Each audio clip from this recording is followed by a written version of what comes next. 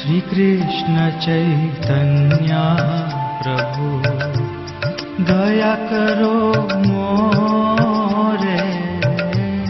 श्री कृष्ण चैतन्य प्रभु दया करो मोरे।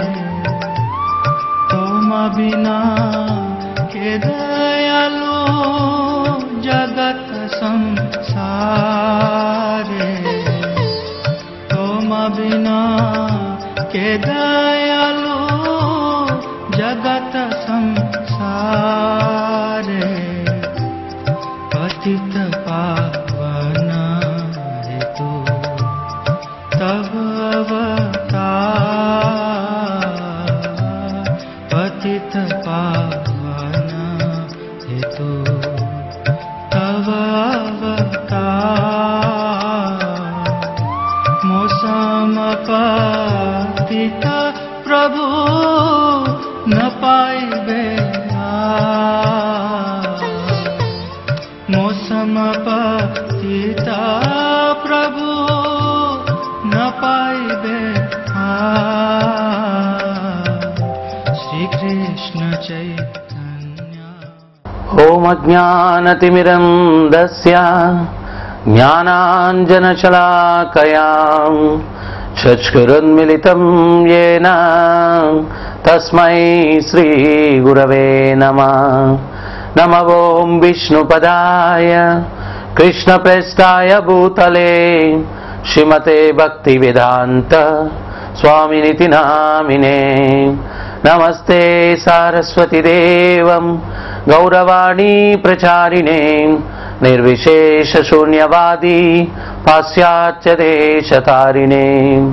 जय श्री कृष्ण चैतन्य प्रभु नित्यानंद श्री अद्वैत गदाधर श्रीवासदि गौर भक्त वृंद। हरे कृष्ण कृष्ण कृष्ण हरे हरे। हरे राम राम राम हरे हरे। अन्नाद्भवन्ति भूतानि पर्जन्यादन्न संभवात्। यज्ञाद्भवति पर्जन्यो यज्ञकर्म समुद्भवः। జీవదేహములన్నీయును వర్షము వలన ఉత్పన్నమైనట్టి ధాన్యముపై ఆధారపడి జీవించును. వర్షములు యజ్ఞముచే కలుగగా విహిత కర్మముల నుండి యజ్ఞము ఉద్భవించుచున్నది. సో ఇక్కడ ఈ యొక్క శ్లోకంలో భగవంతుడు జీవదేహములన్నీయును అంటే ప్రతి ఒక్క జీవి జీవించడానికి ధాన్యం మీద ఆధారపడాలి.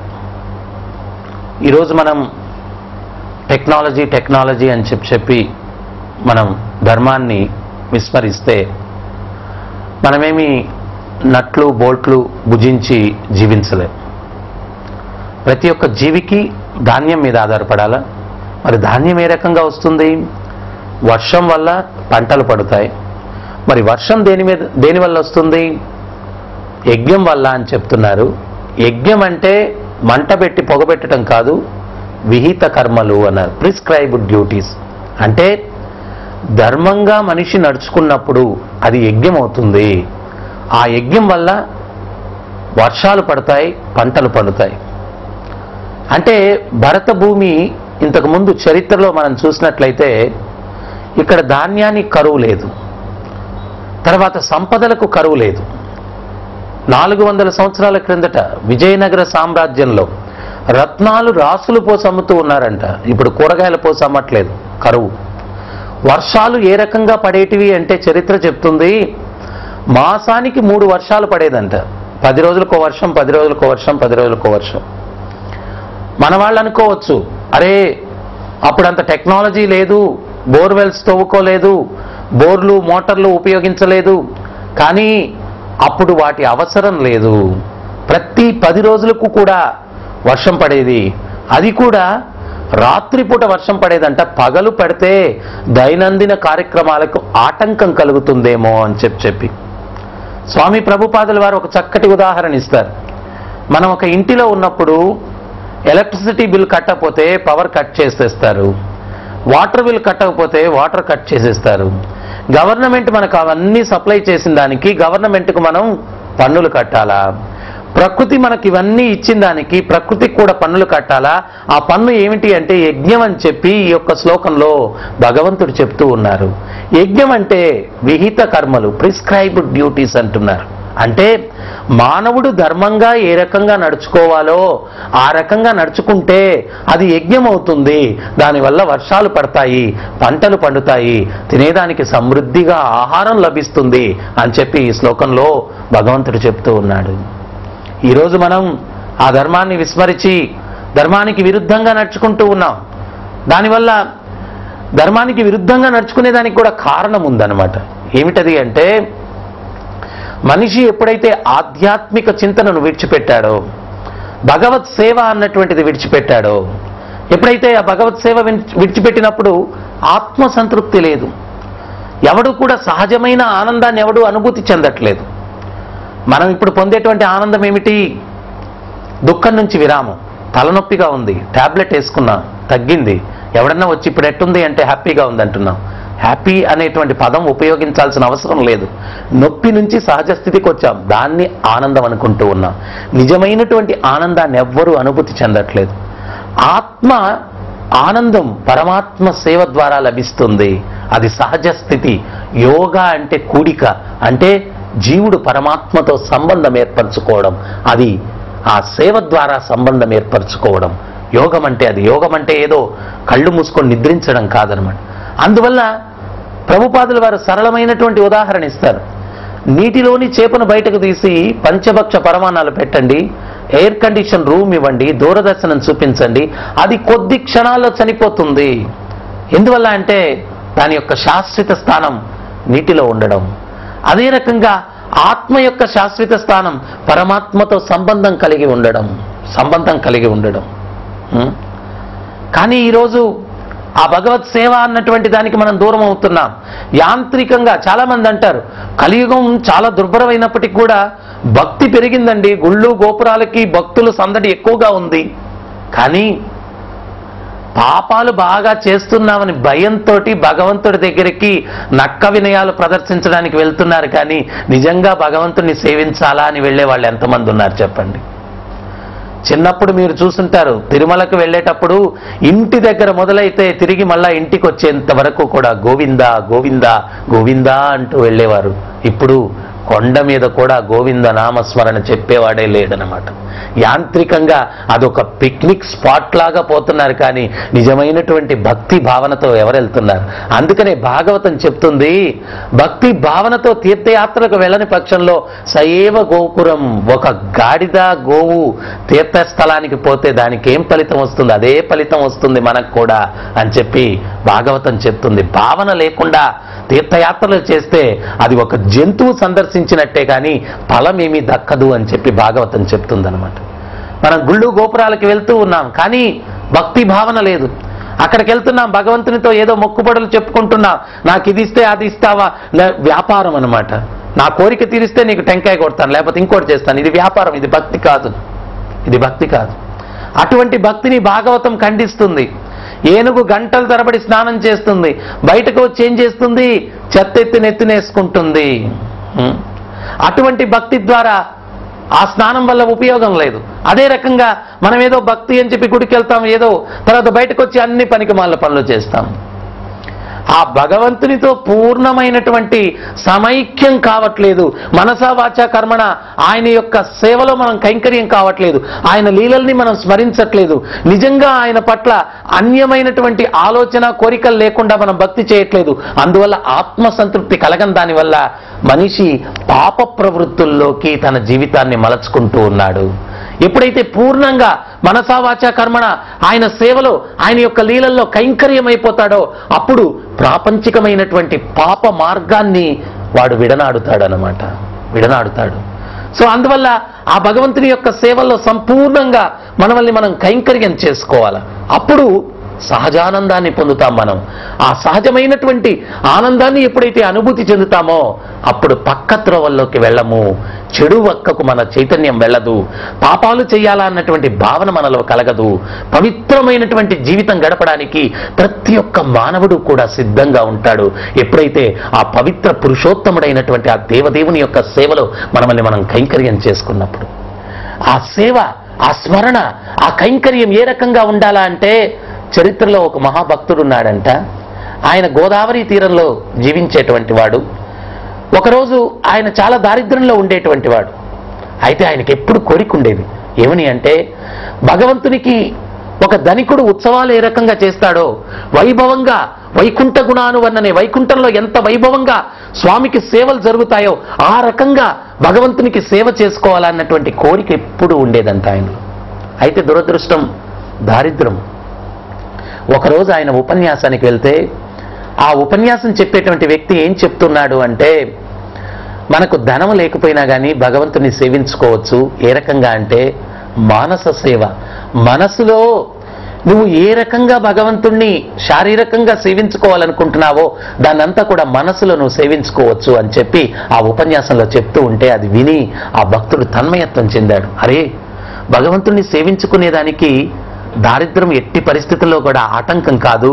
నేను దరిద్రునైనప్పటికీ కూడా మనసులో ఎంతో వైభవంగా భగవంతుణ్ణి నేను సేవించుకోవచ్చు అని చెప్పి ఆ రోజు ఆ ఉపన్యాసం విన్న తర్వాత గోదావరిలో చక్కగా స్నానం చేసి ఆ గట్టు మీద కూర్చొని కళ్ళు మూసుకొని మనసులో భగవంతునికి సేవ చేస్తున్నాడంట. ఆయన ఒక మందిరాన్ని నిర్మించాడు భగవంతుని కోసం, చాలా గొప్ప మందిరాన్ని. ఇది మనసులో. తర్వాత ఒక దివ్యమైనటువంటి విగ్రహాన్ని ప్రతిష్ఠించాడు. ఆ విగ్రహానికి అభిషేకాలు చేశాడు. తర్వాత చక్కగా ఆభరణాలతోటి, వస్త్రాలతోటి, పట్టు పీతాంబరాలతోటి అలంకరించాడు స్వామిని.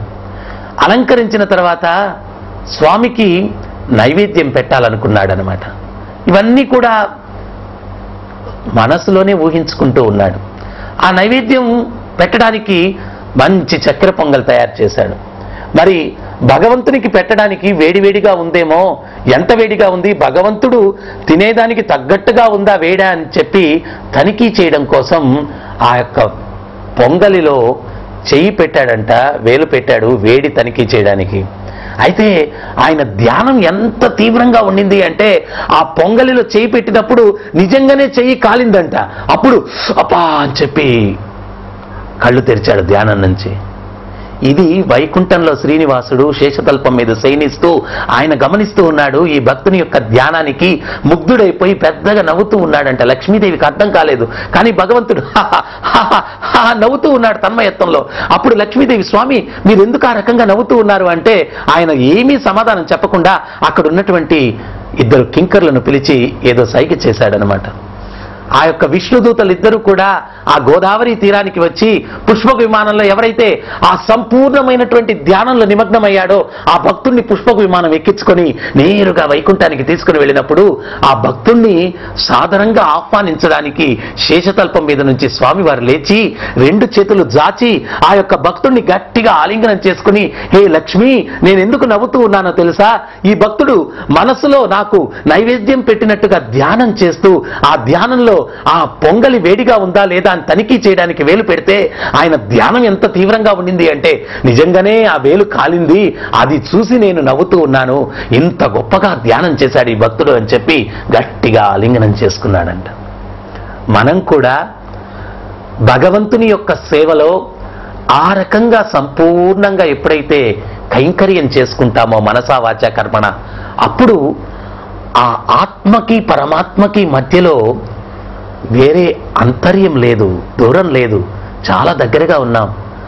అప్పుడు మనం పొందేటువంటి ఆనందం అన్నటువంటిది ఈ ప్రాపంచికమైనటువంటి సుఖాలు తుచ్చమనిపిస్తాయన్నమాట.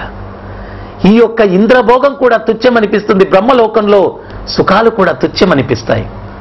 అందువల్ల ఆచార్యులు ఏం చెప్తూ ఉన్నారు అంటే, ఈ ప్రపంచంలో స్వర్గాలలో ఉండేటువంటి భోగాలన్నీ కూడా వైకుంఠంలో ఉన్నటువంటి ఒక ధూళి రేణువుతో సమానం కాదు అని చెప్తూ ఉన్నారు.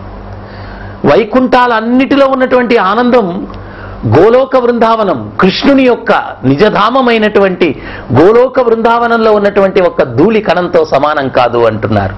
సో అందువల్ల ఆ భగవంతుని యొక్క సేవలో అంతగా నిమగ్నమైనటువంటి వ్యక్తికి ఈ ప్రాపంచిక భోగాలు తుచ్చమనిపిస్తాయి. అంత పూర్ణంగా ఐక్యమైనటువంటి వ్యక్తి ప్రాణం పోయినా కానీ పాప ప్రవృత్తుల్లో నిమగ్నం కాడు. అందువల్ల స్వామి ప్రభుపాదుల వారు ఈ యొక్క ఇస్కాన్ సంస్థ ద్వారా ప్రపంచవ్యాప్తంగా ఆ మాధుర్యం, ఉన్నత రుచి, ఆ దేవదేవుని యొక్క సేవలో ఉన్నటువంటి మాధుర్యమైనటువంటి ఆ రుచి సామాన్యులకు తెలియపరిచి వాళ్ళని ఈ యొక్క పాపభూయిష్టమైనటువంటి ప్రపంచం నుంచి విముక్తిని చేసి ఒక పవిత్రమైనటువంటి జీవితాన్ని గడిపేటట్లుగా వాళ్ళకు మార్గదర్శకం చూపించాలన్నటువంటి ప్రయత్నంతో ఈ సంస్థను ప్రపంచవ్యాప్తంగా ఆయన ఏర్పాటు చేశారు. ఆయన యొక్క బోధనలకు ఆఫ్రికాలో క్యానిబాల్స్ అంటే మనిషి మాంసాన్ని తింటారు, అటువంటి వ్యక్తులు కూడా ఆ యొక్క చెడు ప్రవర్తన నుంచి విముక్తులై ఈరోజు భగవత్ నామం జపిస్తూ పవిత్రమైనటువంటి జీవితాన్ని వాళ్ళు గడుపుతూ ఉన్నారన్నమాట.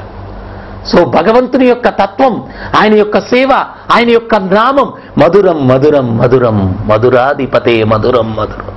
ఆ మధురమైనటువంటి ఆ రసాస్వాదనను మనం ఎప్పుడైతే అనుభూతి చెందుతామో ప్రాపంచికమైనటువంటి భోగాలన్నీ కూడా తుచ్చమనిపిస్తాయి. భగవంతుని యొక్క లీలలు బృందావనంలో ఆ భక్తుల పట్ల భగవంతునికి ఉన్నటువంటి భావన. యశోదమ్మ ఒక రోజు కృష్ణునితో అంటూ ఉందంట, కృష్ణ, నీవు పాదరక్షలు లేకుండా గోవులను మేపుకునేదానికి వెళ్తున్నావు కన్నయ్య, నీ పాదాలు కందిపోతాయ్యా అంటే పాదరక్షలు వేసుకుని వెళ్ళవయ్యా అనిందంట. అప్పుడు కృష్ణుడు ఏమంటున్నాడంటే, అమ్మా, గోవులన్నిటికీ కూడా నీవు పాదరక్షలు ఇచ్చినట్లయితే నేను అప్పుడు పాదరక్షలు ధరిస్తానన్నాడంట. మరి కృష్ణుడు మేపుకుని వెళ్ళడానికి ఎన్ని గోవులు తీసుకుని వెళ్ళేవాడు అంటే 9 లక్షల గోవులు తీసుకుని వెళ్ళేవాడంట. వాటన్నిటికీ పాదరక్షలంటే యశోదమ్మ సమాధానం లేక అట్టాగే నిశ్చేస్తురాలై నిలబడిపోయింది. కృష్ణుడు చెంగు చెంగున మురళిని వాయించుకుంటూ గోవులను తీసుకుని వెళ్ళిపోయాడు. ఈ విషయం గోవులకు తెలిసి, కృష్ణ కన్నయ్య మన కోసం పాదరక్షలు త్యాగం చేశాడంట, ఆ పాదాలు కందకుండా ఉండేటట్టుగా చూసుకునే బాధ్యత మనది అని చెప్పి ఆ బృందావనంలో ఉన్నటువంటి రాళ్ళు, రప్పలు వీటన్నిటినీ కూడా వాటి గిట్టలతో కొట్టి వాటిని పౌడర్ లాగా చేసి అక్కడున్నటువంటి మట్టిని సున్నితంగా టాల్కం పౌడర్ లాగా చేసేసాయంట ఆ గోవులన్నీ కూడా. అందుకనే బృందావన అరణ్యాల్లో మీరు సంచరిస్తే తెలుస్తుంది, అక్కడున్నటువంటి మట్టి మనం ముఖానికి పూసుకునేటువంటి పౌడర్ కన్నా సున్నితంగా ఉంటుంది. ఆ భగవంతుని యొక్క త్యాగానికి ఆ గోవులు ముగ్ధులైపోయి ఆ రకంగా చేశాయంట. మరి భగవంతుని యొక్క ఈ రకమైనటువంటి దివ్యమైనటువంటి లీలలు ఆ పురంధరదాస్ చెప్తాడు, భగవంతునికి ఆ భక్తులకు మధ్య అనంతకాలంగా పోటీ జరుగుతూ ఉందంట. ఆ పోటీ ఏమిటి అంటే, భగవంతుడు అనుకుంటాడంట తన భక్తుల్ని సేవించుకోవాలని, మరి భక్తులు అనుకుంటారంట భగవంతుని సేవించుకోవాలని. ఒక భక్తుడు పడుకొని భగవంతుని యొక్క కీర్తన పాడుతూ ఉంటే భగవంతుడు కూర్చొని వింటూ ఉన్నాడంట. అప్పుడు భక్తుడు అనుకున్నాడు, అరే నేను పడుకొని ఉన్నాను, భగవంతుడు కూర్చొని ఉన్నాడని చెప్పి ఆ భక్తుడు కూర్చున్నాడంట. భగవంతుడు నిల్చొని వింటున్నాడంట. భగవంతుడు నిల్చున్నాడు, నేను కూర్చున్నానని చెప్పి ఆ భక్తుడు నిల్చున్నాడంట. భగవంతుడు నృత్యం చేయడం మొదలు పెట్టాడంట. ఈ రకంగా భగవంతునికి భక్తునికి మధ్య పోటీ జరుగుతూ ఉంది. అందువల్ల భగవద్గీతలో భగవంతుడు ఏం చెప్తున్నారు అంటే, జన్మ కర్మ చమే దివ్యం ఏవం యో వేతి తత్వతః త్వత్తాదేహం పునర్జన్మనైతి మాం ఏతి సో అర్జున. నా యొక్క జన్మ, నా యొక్క కర్మలు భౌతికానికి అతీతం, ఇవి ఎవరైతే తెలుసుకుంటారో పునర్జన్మనైతి, వాళ్ళకి పునర్జన్మ లేదు అంటూ ఉన్నాడు. అందువల్ల మనలాగా నవమాసాలు తల్లి గర్భంలో నానా బాధలు పడి భగవంతుడు జన్మనెత్తలేదు. ఆయన యొక్క లీలలు మానవ మాత్రులు ఎవరు కూడా తిరిగి చేయలేనటువంటివి. అందువల్ల భగవంతుడు ప్రభుపాదులు వారు చెప్తారనమాట, సంస్థాపకాచార్యులు, ఎవరన్నా నేను భగవంతుడు అంటే, భగవంతుడు 7 సంవత్సరాల వయసులో గిరిగోవర్ధన పర్వతాన్ని చిటికిన వేలు మీద ఎత్తి నిలబడ్డాడు. మేము మిమ్మల్ని ఎవరిని బరువెత్తమని చెప్పం, 7 రోజులు చెయ్యి పైకెత్తి నిలబడండి చూద్దాం, మేము అప్పుడు అంగీకరిస్తాం మీరు భగవంతుడు అని చెప్పి. షడైశ్వర్యస్య సమగ్రస్య, షడైశ్వర్యాలు ఏకకాలంలో సంపూర్ణంగా కలిగినటువంటి వాడు భగవంతుడు, సంపూర్ణ శక్తివంతుడు. పుట్టిన తక్షణమే, అవతరించిన తక్షణమే పూతన అన్నటువంటి రక్కసుని సంహరించాడు భగవంతుడు. తర్వాత సంపూర్ణ జ్ఞానవంతుడు. మనందరికీ సందేహం కలుగుతుంది, ఇంత పెద్ద భగవద్గీత జీవితం అంతా చదివినా అర్థమవుతుందో లేదో తెలియదు, మరి కురుక్షేత్ర సంగ్రామంలో నిజంగానే భగవంతుడు ఈ భగవద్గీత చెప్పి ఉంటాడా అని సందేహం కలుగుతుంది. కానీ ఆచార్యుల చరిత్ర ఏం చెప్తుంది అంటే, భగవంతునికి అర్జునికి మధ్య సంవాదం అరగంటలో జరిగిందంట. ఈ గీతాజ్ఞానం అంతా కూడా అరగంటలో భగవంతుడు అర్జునునికి బోధించాడు. అంత జ్ఞాననిధి. వేదైషహి సర్వేరహమేవ వేద్యో వేదాంత కృత్వేద విధైవ చాహం.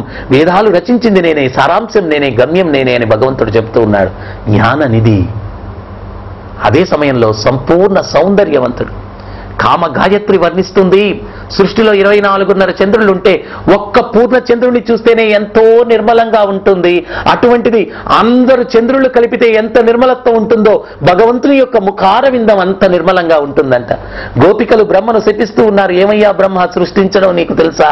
కనురెప్పలు ఎందుకయ్యా పెట్టావు? ఆ క్షణిక కాలం కనురెప్పలు మూసినప్పుడు ఆ దివ్యమంగళ స్వరూపాన్ని చూడలేకుండా ఉన్నామే.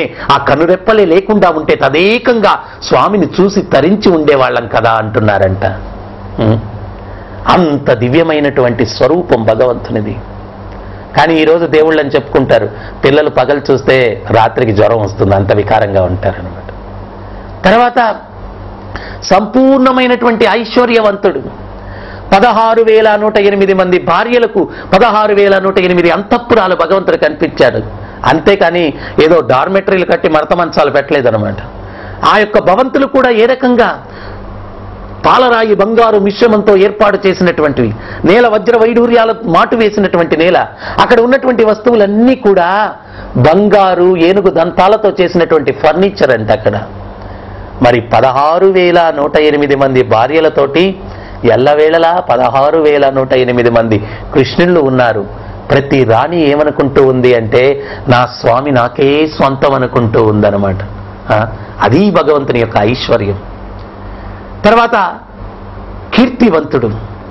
ఆయన యొక్క కీర్తి ఇక్కడే కాదు, అఖిలాండ కోటి బ్రహ్మాండాల్లో జీవుడు సంతృప్తి చెందగలడు అంటే ఆ స్వామిని కీర్తిస్తేనే సంతృప్తి చెందగలడు. మనందరికీ కూడా ఆనందం ఎక్కడి నుంచి వస్తుంది? ఆ భగవంతుని దగ్గర నుంచి వస్తుంది. లైట్ వెలుగుతూ ఉంది అంటే ట్రాన్స్ఫార్మర్ నుంచి పవర్ వస్తుంది, పవర్ హౌస్ నుంచి పవర్ వస్తుంది. జీవులందరికీ కూడా శక్తి ఎవరు? ఆ భగవంతుడు. ఆయన్ను కీర్తిస్తేనే ఏ జీవికైనా ఆనందం అన్నటువంటిది. సో ఆ దేవదేవుని యొక్క కీర్తి ఇక్కడే కాదు, అఖిలాండ కోటి బ్రహ్మాండాల్లో కీర్తిస్తున్నారు.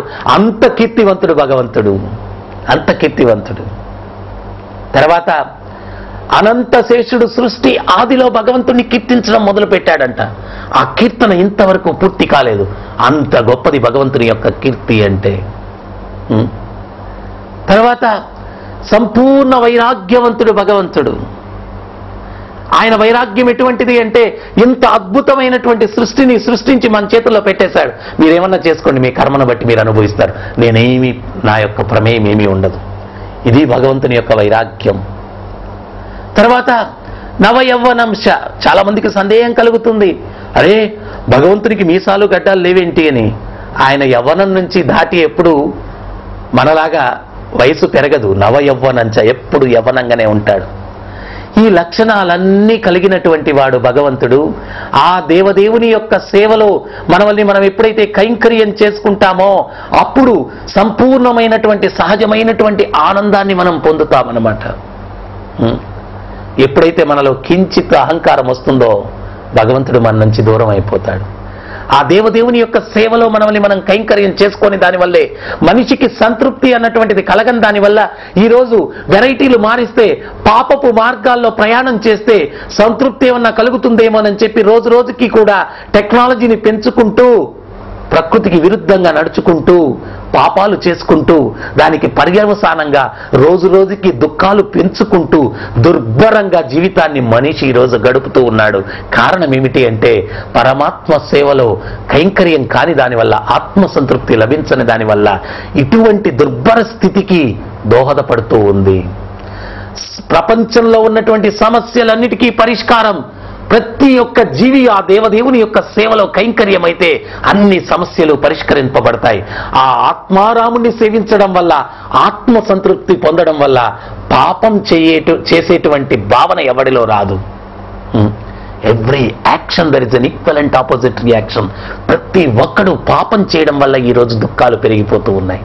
మరి పాపం చేయకుండా ఉండాలా అంటే వాడు ఆ ఉన్నత రుచి అలవరుచుకోవాలా, ఆత్మ సంతృప్తిని కలగాల. ఆ ఆత్మ సంతృప్తి పరమాత్మ సేవలో లభిస్తుంది. అందువల్ల స్వామి ప్రభుపాదులు వారు చెప్పారు, శరీరం అన్నది వాహనం, నడిపించేవాడు ఆత్మ. వాహనంలో వెళ్ళేటప్పుడు నడిపించేవాడికి ఆకలేస్తే పెట్రోల్ బంకుకు వాహనాన్ని తీసుకుని వెళ్ళి పెట్రోల్ పట్టిస్తే నడిపించేవాడు ఆకలి తీరదు. అదే రకంగా నడిపించేవాడు ఆకలి తీరడానికి అన్నం తినాల.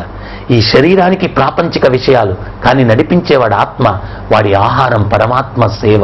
ఆ పరమాత్మ సేవ ఎప్పుడైతే లభిస్తుందో అప్పుడు ఆత్మ సంతృప్తి లభిస్తుంది. అప్పుడు ఈ పాప ప్రవృత్తుల నుంచి మనిషి తన్ను తాను నిగ్రహించుకొని పవిత్రమైనటువంటి జీవితాన్ని గడిపేదానికి అవకాశం ఉందన్నమాట. మరి ఆ యొక్క పరమాత్మ యొక్క సేవ కలియుగంలో చాలా సులభం. నామ సంకీర్తన, హరే కృష్ణ కృష్ణ కృష్ణ హరే హరే, హరే రామ రామ రామ హరే హరే. ఆ నామస్మరణ ద్వారా మనం ఆ భగవంతుని యొక్క సేవలో మనం కైంకర్యం చేసుకొని, ఆచరణకు అనుచితమైనది అరణ్యాలకు వెళ్లాల్సిన అవసరం లేదు, ప్రదేశాన్ని విడిచిపెట్టాల్సిన అవసరం లేదు. మీ ఉద్యోగమో వ్యాపారమో చేసుకుంటూ మిగిలిన సమయాన్ని చెడుకు వినియోగించకుండా ఆ భగవత్ సేవలో నామస్మరణ ద్వారా కైంకర్యం చేసుకొని మీరు ఆనందంగా జీవించడానికి ప్రయత్నించవచ్చు. పురందరదాస్ చెప్తారు, నరజన్మ బందాగా నాలిగే ఇరువాగా కృష్ణ అనబారదే. నరుడి జన్మం ఎత్తిన తర్వాత, నాలుకన్నది ఉన్న తర్వాత కృష్ణ అని ఎందుకు అనకూడదు? మగువ లాలిసువాగా కృష్ణ అనబారదే. పిల్లలను ఆడించేటప్పుడు కృష్ణ అని ఎందుకు ఆడించకూడదు? దారియల్లి నడువా కృష్ణ అనబారదే. దారిలో నడుచుకుంటూ వెళ్ళేటప్పుడు సినిమా వాల్ పోస్టర్లు చూసుకుంటూ యాక్సిడెంట్ చేసుకునే బదులు కృష్ణ అని ఎందుకు వెళ్ళకూడదు? బారువ మోయువాగా కృష్ణ అనబారదే. బరువులు ఎత్తేటప్పుడు అయ్యో అమ్మో అనే బదులు కృష్ణ అని ఎందుకు అనకూడదు? సున్నాలు ఎన్ని పెట్టుకున్నా విలువ లేదు, ఒకటి చేరిస్తే అన్ని సున్నాలకు విలువ వస్తుంది. తస్మాత్ సర్వేషు కాలేషు మహామనుస్మరణ యుద్ధచ. అన్ని సమయాల్లో ఆయన్ని స్మరించడం ద్వారా ఈ పాపభూయిష్టమైనటువంటి భావనల నుంచి మనం విముక్తులమై పవిత్రమైన జీవితాన్ని గడుపుతూ ఆనందంగా జీవిస్తూ జీవితాంతంలో మరలా ఈ కుళ్ళు ప్రపంచానికి రాకుండా స్వామి సన్నిధిని చేరుకోవచ్చు. హరే కృష్ణ కృష్ణ కృష్ణ హరే హరే, హరే రామ రామ రామ హరే హరే. జపించండి, ఆనందించండి, తరించండి. హరే కృష్ణ. సహస్రశీర్షరంజితం సహస్రహస్తరాజితం సహస్రవిధ విభాసితం సహస్రవర్ణ సంశ్రితం సహస్రరూపదీపితం సహస్రనామ సరళితం